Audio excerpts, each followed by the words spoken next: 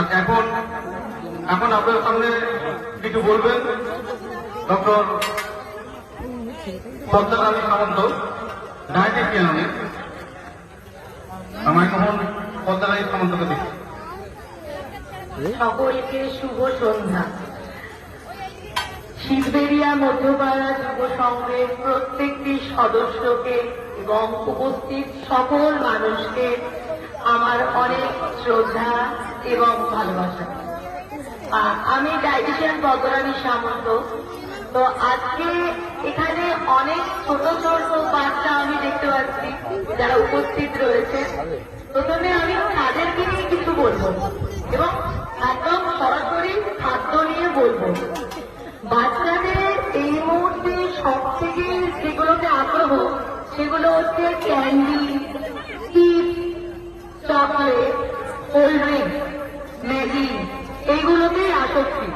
এবং স্কুল থেকে বেরিয়ে প্রথমেই বাবা মায়ের কাছে আবদার যে আমাকে একটা ক্যান্ডি কিনে দিন, একটা ক্যান্ডি কিনে দাও, আমাকে একটু কোল্ড ড্রিঙ্কস দাও, আজকে চকলেট খাবো, আজকে পিঠা দাও, ছোট ছোট ফ্রুট এইগুলো প্রচন্ড বায়না করে।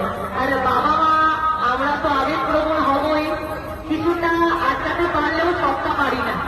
সেই জায়গায় আমাদের যেটা করতে হবে, ধরুন চকলেটের মধ্যে প্রচুর সুগার রয়েছে, চিনি বাচ্চার স্বাস্থ্যের জন্য ভালো নয়। তাহলে চিনি পরিবর্তে বাচ্চা খাবে নাকি? বাচ্চা খাবে গুড়। বাচ্চাকে আমরা গুড় দিতে পারি, তার মধ্যে আয়রন রয়েছে, বাচ্চার অ্যানিমিয়া প্রিভেন্ট হবে।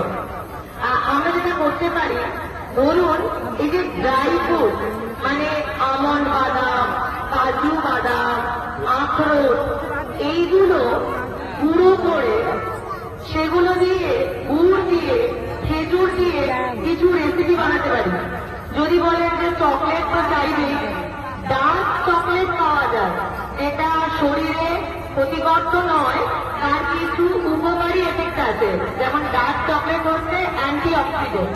তাহলে আমরা কি করতে পারি, ধরুন একটা খেজুর, তার মাঝের যে বীজটা ওটা বের করে তার মধ্যে একটা আমন্ড বাদাম দিয়ে দিলাম। এবার ওই ডার্ক চকলেটের মধ্যে মানে ডার্ক চকলেটটা মেল্ট করে গরম করলে ওটা গুলে যাবে, ওর মধ্যে ডিপ করে আমরা কিন্তু ঠান্ডা যদি ফ্রিজে রেখে দিই তাহলে কিন্তু ওটা চকলেট লাগবে, কারণ ওটা তো চকলেটই, ভেতরে কোনো চিনি নেই, আছে আমন্ড বাদাম, আছে খেজুর,